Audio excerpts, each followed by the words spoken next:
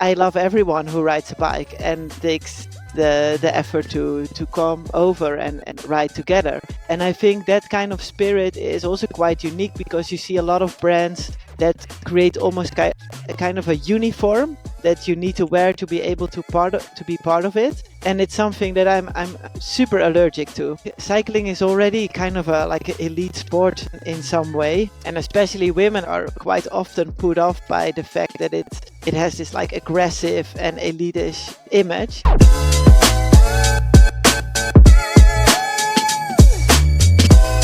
Welcome to Ride Success, the podcast that takes you on a learning journey to a more productive, creative, and active life through the power of the bike.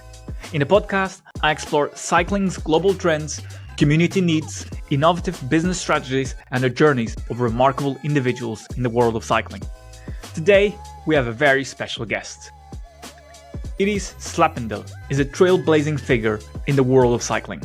She is a former professional cyclist who spent 12 years in the professional peloton, achieving remarkable success, including winning the Dutch National Road Championship in 2014. After retiring in 2016, Iris didn't slow down.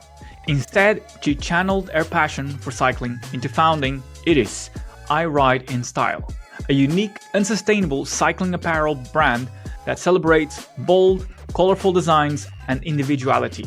Beyond her entrepreneurial ventures, Iris is also the co-founder and executive director of the Cyclists Alliance, an organization dedicated to advocating for the rights and welfare of professional female cyclists. Her work with the Cyclists Alliance has been instrumental in advocating and advancing issues such as maintaining salaries, race safety, and increased visibility for women's cycling. In addition to her clothing brand and advocacy work, Iris has lended her expert insights as a commentator for Eurosport, where she provides in-depth analysis of professional cycling events. So, join me in this learning journey as we explore the innovative work she's been doing and gain insights into her vision for the future of cycling. But before I get into the podcast, ladies and gentlemen, I have a favor to ask you. I've noticed through looking at analytics from Spotify, Apple Podcasts, YouTube, that over 70% of you that listen to the podcast are not following. So my request to you is, if you like what you listen, please give a follow to Ride Success Podcast. I'll be forever grateful. Now, back to the podcast. Welcome, Iris, to Ride Success. It's a pleasure and honor to have you on the podcast. Thank you. Nice to be here. I wanted to first acknowledge that you have been shaking up the status quo in cycling to make it more inclusive and more enjoyable for all.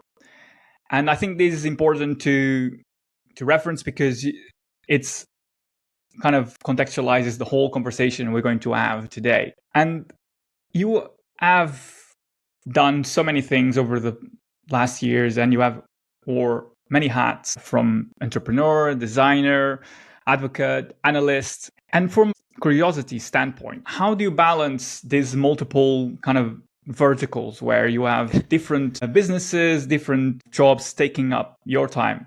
How do you balance this in your day-to-day life? Good question. I don't really know, to be honest. But I mean, yeah, I'm still able to do it all. So there is definitely, I did found some kind of balance, I guess. But it also shifts a little bit over the years. So when we started the Cyclists Alliance, I put a lot of time and energy in it, and now my role is a little bit different within the organization, so it costs me less time, but there's now more time into the brand. But I always say, in general, my brand, Arriden Style, is like my main job, and I dedicate also the most time in the week to this.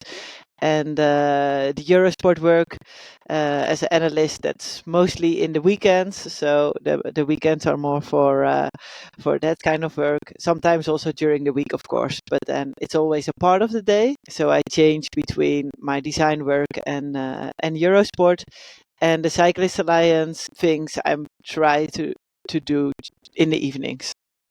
Very good. Yeah. So like a fine balance between everything. Where do you squeeze time to ride the bike? Yeah, there's never enough time to ride my bike, unfortunately. Well, for example, this morning I did a ride, and then I had to do a few hours of commentary on the men's Tour de France, and then tonight I'm gonna do some design work. So I mean, it also helps that I'm my own boss, so I can also decide my own time.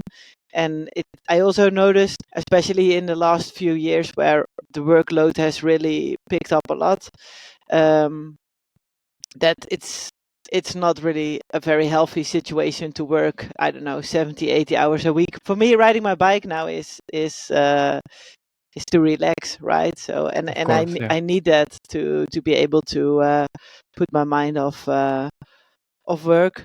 So yeah, I always try to find at least 2 or 3 times a week a few hours to It's interesting to ask this question because you get so many different responses, and people have maybe sometimes have very structured timetables to manage their days, some other more fluid. But I think that there's never a right or wrong response to this question, because it's like everyone is very attuned to their own rhythms, and there's never a perfect balance anyway.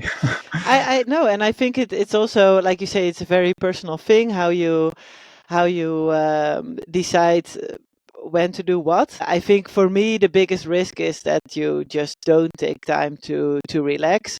And people always say like, oh, you work for yourself, you're your own boss, so you can take free whenever you want to. But actually, you never take free because there is always work to be done. And I don't really sleep very nicely if I know there's still stuff that needs to be done, and that means that you also spend some long evenings working. So I think there it actually takes a lot of discipline to take time for yourself, and that's for me a big learning curve. Interesting. Yeah, I can imagine that. Well, for one, I can relate to the fact that being your own boss, when you work never finishes. Yeah. But you choose to do it because that's the path you're on. Yeah. But you'd have to take breaks, and as you said, it's important to find time to relax, because that's what gives you then the energy to continue, really, and have longevity. Yeah, exactly. So you mentioned Iris, Arriden Style, the cycling apparel brand. And so the first time I came across it, like, I was struck by the boldness of it, the fearless designs, kind of very bold. And I then went to the webpage, the fit and sizing philosophy on the website. And I started scrolling down. And then I noticed something that I personally have not seen other cycling brands do, which is have people model all of these different sizes that you offer, and have specified what short size they were wearing, what size of the jersey they were wearing. And when I saw that, I was like, okay, there's something here.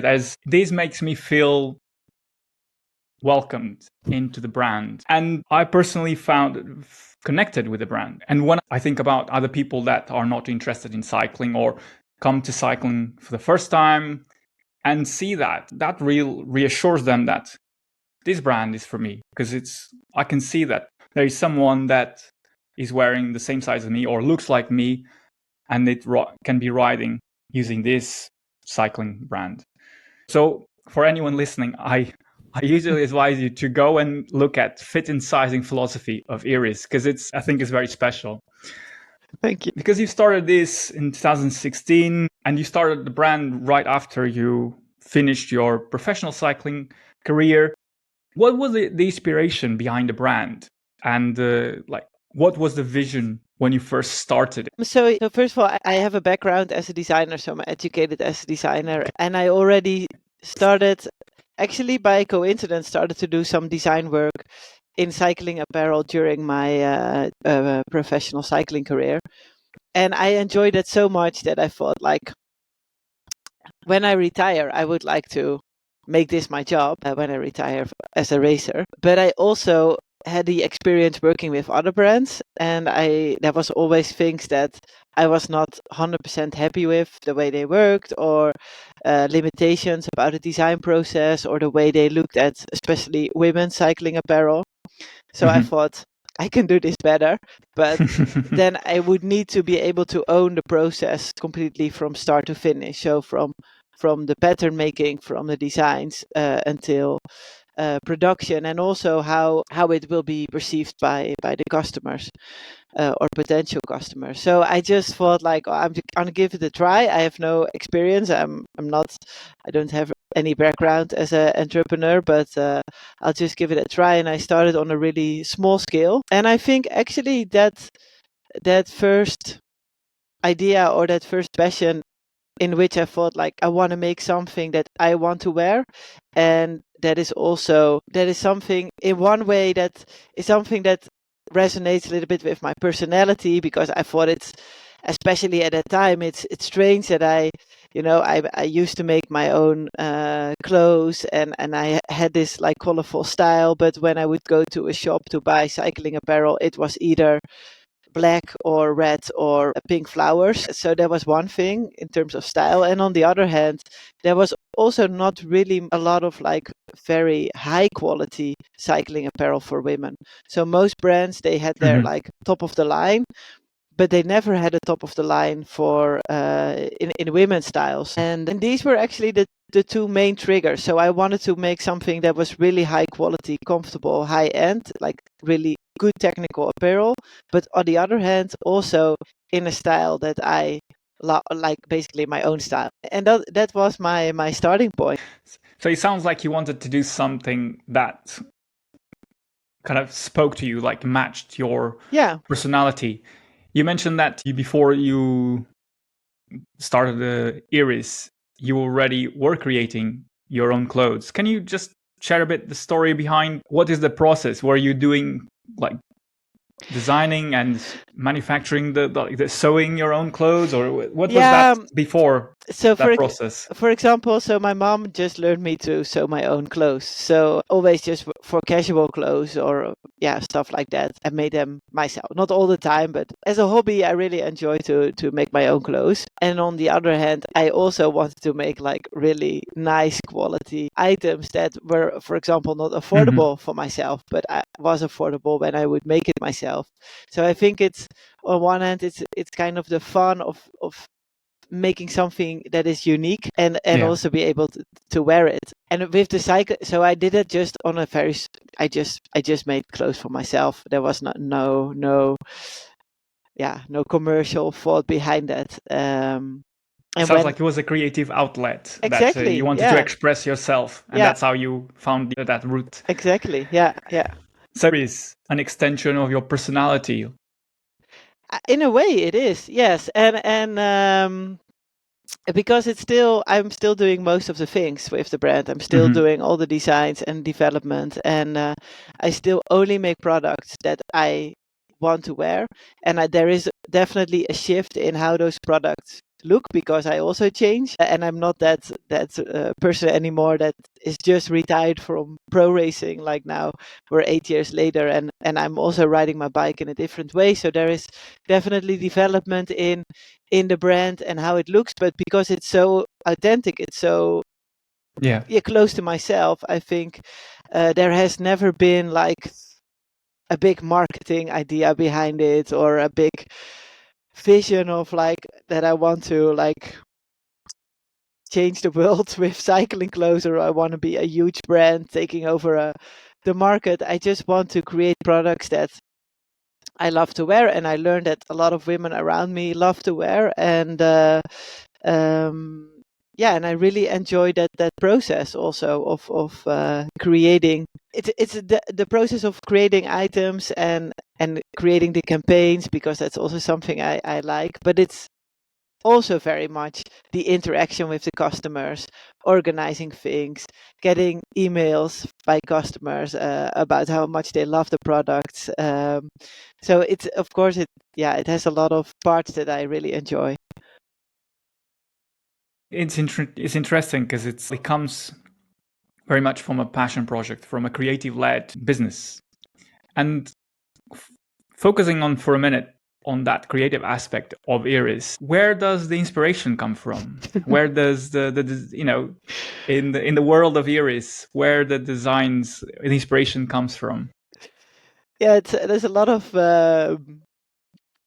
it's a question a lot of people ask always, and I learned when I did my studies. I had a teacher, I think, or someone who said um, design is 99% transpiration and 1% inspiration. So, and I agree, because you can wait until that magical moment that an idea pops up in your head, but it's also just sometimes you just have to start working on something, and ideas these will develop. But I think in general, I can say that inspiration comes, like, I'm super interested in design and arts and also fashion, haute couture. I love to travel, so I take also a lot of inspiration from these travels and what people wear in other countries. Colors, so I'm very inspired by.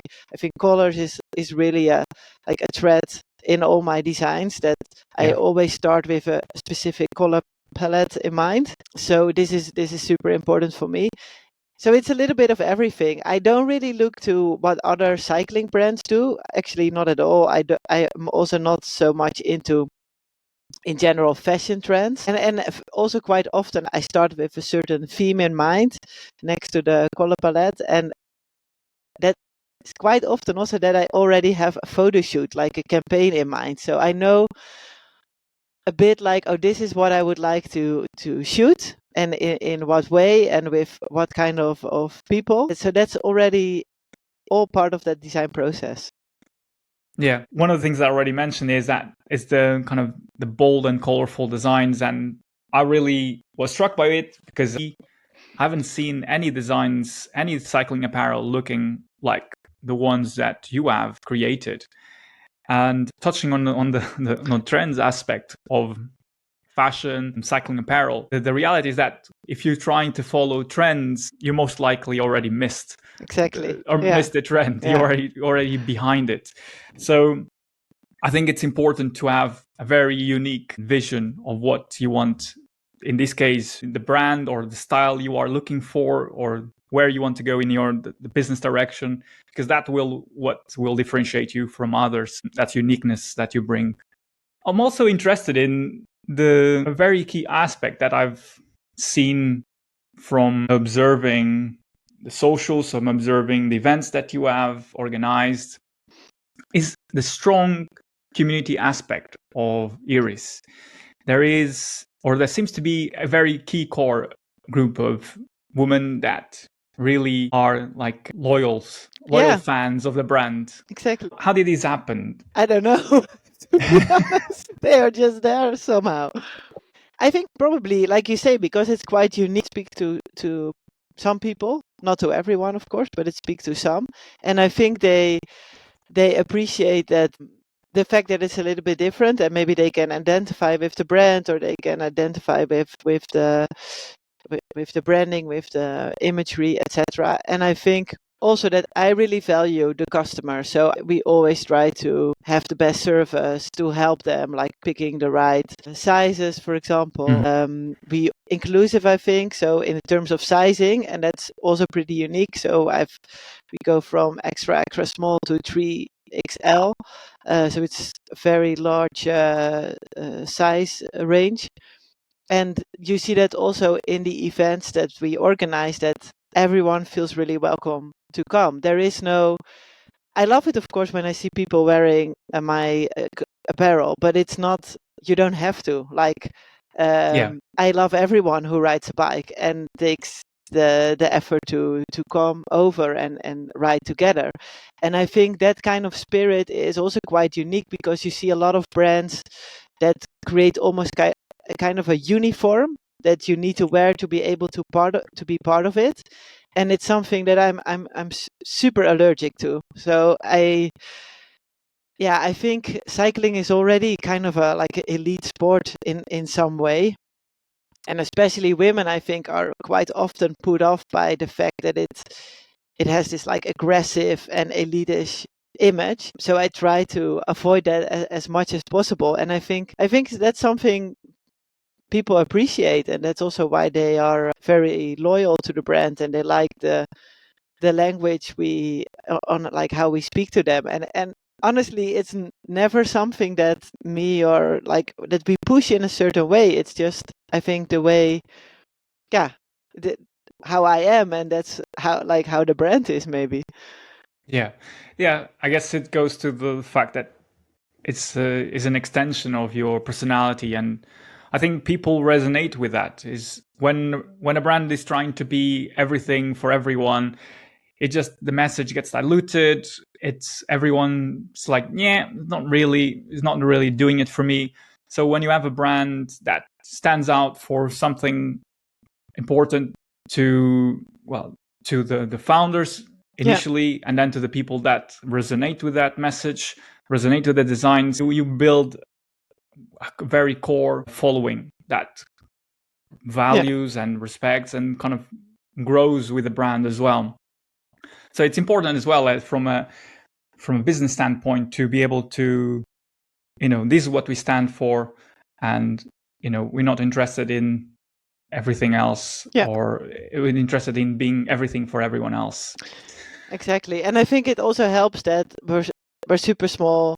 We're completely independent. There's no external investors or pressure to make certain choices. So I don't have to think about like, what will sell really well next year. I think like, what do I want to make? And I think that really helps. And I think also the fact that the products in general are really good.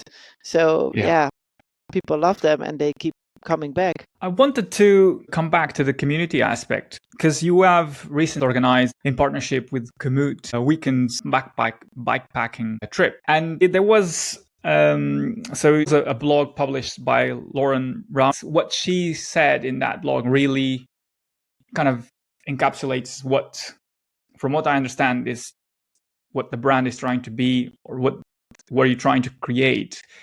And she says that she really wanted to come to the event, but there were so many places and there's a short list going on. And she gets a place. She gets to go in this bikepacking trip with other 50 women. Mm-hmm. And while she's still breastfeeding, and she's debating whether she will be able to complete the bikepacking adventure, what the logistics, obviously, of trying to pump the milk for the newborn. Through this kind of logistics management, the group organizes around her and kind of rides with her and stops with her. So she felt that she is welcomed into the space. Well, there's a few things that I can take from this account. One is that this event created a very inclusive space for women to feel welcomed and respected and valued, and will not have to compromise on what they can accomplish. And the second is that you are encouraging more people to take up cycling, because these stories resonate with moms, with women, with men that look at it, and here is a space where everyone can feel welcome, everyone can come in. And so I think that those kind of stories create the space for communities to grow, to be born, to lead the brand as well. There is a conscious, obviously, decision to make it an inclusive space for women. When you started the brand, was this a key pillar, making sure that women felt represented within cycling? It was not really something that that was specifically like a pillar of the brand, but I think I also noticed during the years that kind of that activism thing that I have inside of me is, without even like doing that on purpose, becomes part of the brand, and making sure that people feel welcome, no matter how fit they are or what age they have. And it's something that I really started to learn, especially in the first few years of the brand, because I used to have a workshop in Rotterdam, and women came over to shop clothes and try them on. And I was almost every time they were either complaining about themselves, or they were telling about their insecurities and wondering if they could wear this with their like body type, or if they would be fast enough to spend money on cycling clothes. And there were so many insecurities that, yeah, at some point I was just a bit sad about it, to be honest, because I felt like there is so many women have in general so many things on their mind, insecurities that keeps them from truly enjoying riding the bike.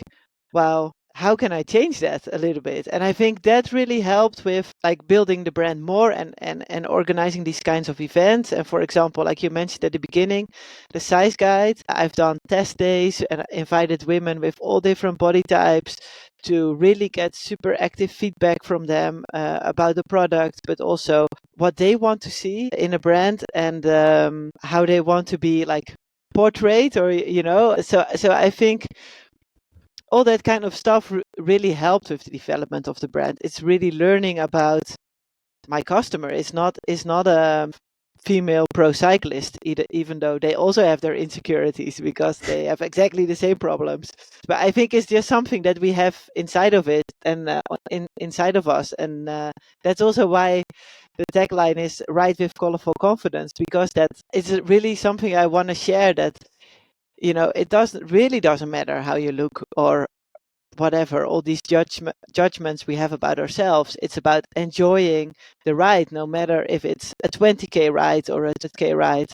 There is no judgment, and there shouldn't be. And I hope to show with the brand, even though it's just a cycling brand, it's not, again, I'm not changing the world here.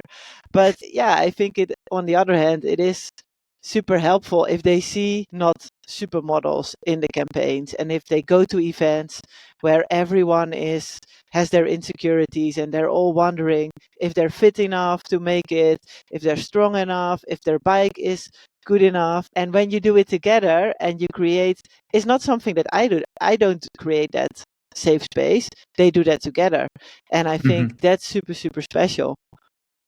Very and that's good. also it's also why I enjoy it so much to organize it, because it's it's a very unique thing. Yeah, I think that's something that you touch upon. You don't create the safe space. They No. do. Yeah. And that's very important, because that's how communities are built. You don't create communities by like forcing people to come into your space. You give them the tools, you give them the platform, and then they come in and they form the communities around you. I wanted to touch as well, as we mentioned at the beginning, you also started something quite fundamental that is kind of formative from your experience as a professional bike racer. You co-founded the Cyclists Alliance, and I wanted to touch upon that because I think is also very interlinked with Iris, the cycling apparel brand. But when you initially started it, and this is back in 2017, what was the driving force behind joining a group of women, female professional riders, to start this independent union? Well, I think that the motivation behind it was like our mutual experience as pro riders, which wasn't always been great. So we all faced, I think, our challenges in our careers. But it was also at the same time that we saw there was so much happening in women's cycling, or starting to happen. For example, the development of the World Tour, and the women's peloton was not part of anything. Things were being created. I was at that time part of the athletes commission at the UCI, and so I had a voice within the UCI, but I thought, like, I have a voice here, but how do I know exactly what the women's peloton wants? So I felt there were multiple triggers. It was our experience. It was a change that was happening. The fact that there was no real representation of the women's peloton in cycling amongst the stakeholders, and there was no union at that time that represented the women.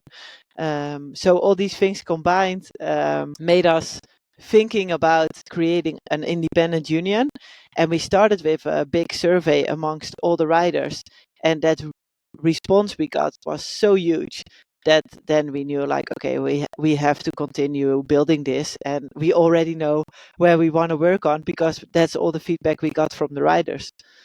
Yeah, that sounds like the support was there from your fellow competitors, fellow racers. Was there a challenge that you faced from other institutions, other external parties? Yes, there were a lot of challenges, and there still are a lot of challenges, because I think a lot of parties or stakeholders find it a bit scary if there is a big important group so united and works so well together, and is also, I would like to say, we're always super well informed. We know what we want. We know we have our shit together. We have a very good group of qualified staff members at the moment that work really hard on different projects and on our objectives. So yeah, I think we're a very well organized professional organization, and that is something that is not very common in professional cycling, I need to say, with all respect. And that's, I think, also why some stakeholders find us also maybe a little bit scary, or find it hard, are a bit scared maybe to work with us. But I think that's part of the job. I've had Natasha Naven on the podcast a while ago, and she was saying about the lack of infrastructure, lack of visibility for grassroots level, and the kind of the development stages of women's professional cycling, from continental to under. And kind of she was mentioning about those formative years in nurturing talent through the different ages. There is not necessarily like key structures or races that are pivotal in and as a stepping stones to get to a world tour. From your side, what has been the steps that have been fundamental and are still being implemented to make sure that kind of there's a bridge between the world tour and kind of the lower echelons of development in the women's professional racing? Yeah, I listened to that podcast with Natasha, which was really a great podcast, I should say. And I totally agree with her. That is something that actually doesn't really exist. And this is the whole problem of cycling maybe at the moment. There has been so much focus on development of the top tier of the sport, because that's also the most visible. And that's, for someone like the UCI, for example, it's the most visible win for them, or things they can improve, and they can check on their agenda when it comes to equity and equality, for example. But at the same time, there hasn't been a lot of thought put into the whole pyramid of cycling. And I mean, I can repeat Natasha's ideas about this, but I would say, listen to it if you haven't so far, because I mean, she was completely right, and it's something that we are very annoyed with as a Cyclists Alliance as well. It's almost like we're copying men's cycling into women's cycling, and I see it as two different sports. And I think actually there is such a huge potential in women's cycling to also do things different and better even than what's happening now in men's cycling. And it's kind of a lost opportunity that some stakeholders, they just want to copy it and make it the same. And I mean, it's great that we have some beautiful races now, especially, of course, with the Tour de France Femmes taking up so much attention and giving so much more visibility to the sport. But if it's the best thing for the long term, I don't know, because we create the same kind of power imbalance that men's cycling have at the moment as well. So I think that's for sure one thing. And secondly, there are different ideas how to bridge that gap between continental or even club level and world tour. Of course, it needs time. It's still a small sport. There needs to be more development, but we also see that there's still a big percentage of riders leaving the sport very early because of unsafe situations, not enough economic opportunities. It's still a very Europe-centered sport. It's not super internationally, actually. So how can we get riders from other parts of the world into the sport, because there must be so much talent out there. There is still so much to work on. And then not only, we haven't even talked about the calendar, because it's very similar issues. Very similar issues in terms of what the scheduling of the races. Yeah. that the focus is on World Tour because everyone wants the World Tour riders, and race organizers want to organize World Tour races, and of course the UCI prefers a lot of World Tour races because it also is a big source of income for them, and it makes the focus so heavily on that World Tour that, I mean, why don't we focus on a U23 competition, or why don't we have a U23 separate World Championships, for example? Why is there not a proper race calendar actually anymore on point 1 or point 2 level? So there is still a lot to do. So, I mean, of the Cycling Alliance future goals, are there any critical or key goals that you like to see being implemented in the next few years in the women's professional side? Well, I think we already made a few big strides as an organization with, for example, the implementation of minimum salary in World Tour, but also maternity leave has been something that we have been advocating for very aggressively, I would say. But we would love to see this also implemented in a continental level. I think it's a great step that we now have a pro-continental level from next year on. But we would love to see also higher standards on continental level. And it doesn't necessarily mean a minimum salary, but it means improved insurance conditions. It means also qualified staff members. It means proper race calendar, equipment, like in general, a safe and good working environment to be able to develop as a rider, because it's still, at the moment, it's still kind of the Wild West. There are some great continental teams, but there's also some very shady organizations that keep existing, and it is a reason for riders to have really bad experience, and leave the sport. Bad experiences. Yeah. I mean, it's sad to hear that there is, it's not regulated enough so that women can feel safe to continue in the sport or even just be on a team. It's very kind of sad to hear that. Yeah, and on the other hand, we've also been quite active on the ethical side. So we've been pushing the UCI to improve their ethics conditions, which they have done. We've actually launched last week a Right to Say No campaign. That's really something that comes from the riders. So we have a rider council that asked us to come up together with a very proactive campaign, because still that ethics procedure also within the UCI is not perfect. There's still a lot of national federations that are struggling with that, and I think in general there needs to be a cultural shift within the sport. Like you will always keep a bit of a power imbalance, I think, when it comes to professional sports, but it's so important that riders know and learn like what's normal and what's not normal, and where they should feel comfortable to speak up. So that will be one of our main focuses. And in general, I think the whole education part is a big part of what we do.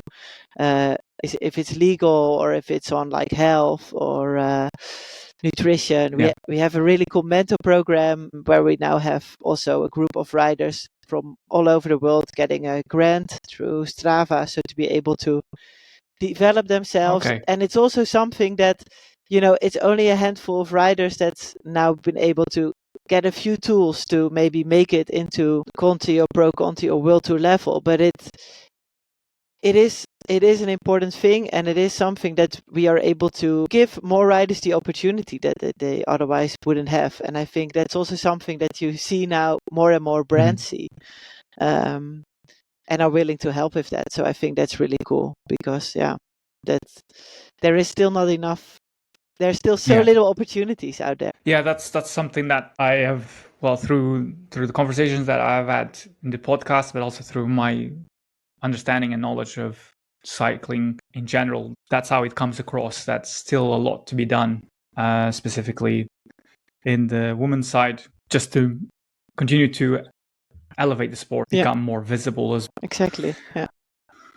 I mentioned before that you have been changing the status quo to make cycling more inclusive, and that's where the Iris, the cycling apparel, and Cycling Alliance perhaps kind of meet.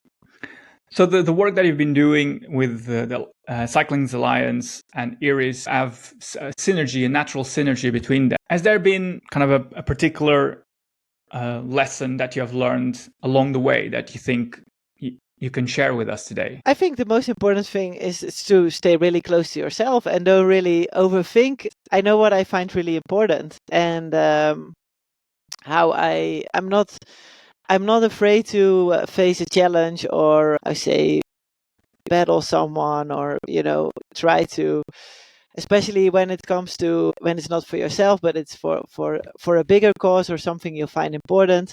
I think it's it's something that I'm not really afraid of doing, and it gives also, it gives some sleepless nights, but it also gives a huge satisfaction. And then so I think that would be my main thing, and I've learned from cycling that if you never attack, you will also never win. Like, and what's the worst thing? When they caught you before the finish, then you can try it another time. So I think I'm also not so afraid to fail, and it's not it's also it are stuff that's that is of course very close to my heart, but it's not all about me. It's about, with the Cyclists Alliance, is about the riders, and it's a whole team of people who run the organization and the brand. It's, of course, they are like my babies, but it shouldn't be about me. At least that's not what I hope is how it looks. So yeah, that's at least how I look at it. I don't know. It's a very complicated answer to your complicated question. Well, I mean, it's fine to give complicated answers. I mean, it's such an interesting relationship, because obviously kind of we have now women cycling at a pivotal stage where brands are seeing the value in it.